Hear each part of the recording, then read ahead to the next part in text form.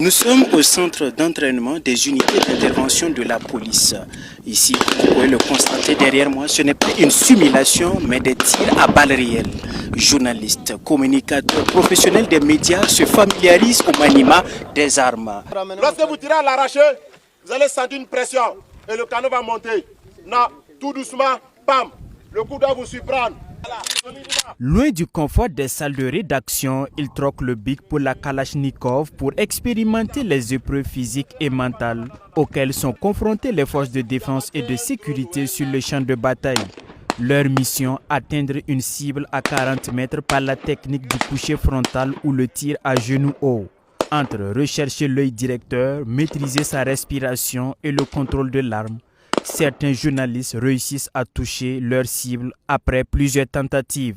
Non, je ne suis pas un habitué des tirs, mais on peut dire que j'ai suivi les consignes et j'ai essayé de me concentrer et ça a donné le résultat qui est là. Je suis très content. Quand vous voyez comment ces hommes et femmes travaillent nuit et jour pour assurer notre sécurité, vous avez vraiment envie de les appuyer.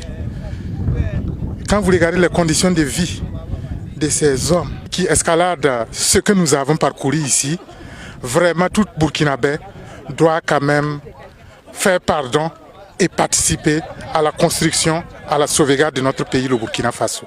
Après les tirs, il faut apprendre à recharger les munitions. Cette immersion est une occasion pour les journalistes de mieux cerner les enjeux de la guerre. Le stage se poursuit par une course piétonne. Le rythme est accéléré ici, escalade de montagne, descente périleuse, certains à la traîne tentent de se désaltérer mais sont vite rappelés à l'ordre. On économise la salive pour mouiller la gorge. Donc personne ne doit boire comme ça, sauf sur instruction. Là où c'est dur, seul les durs passent.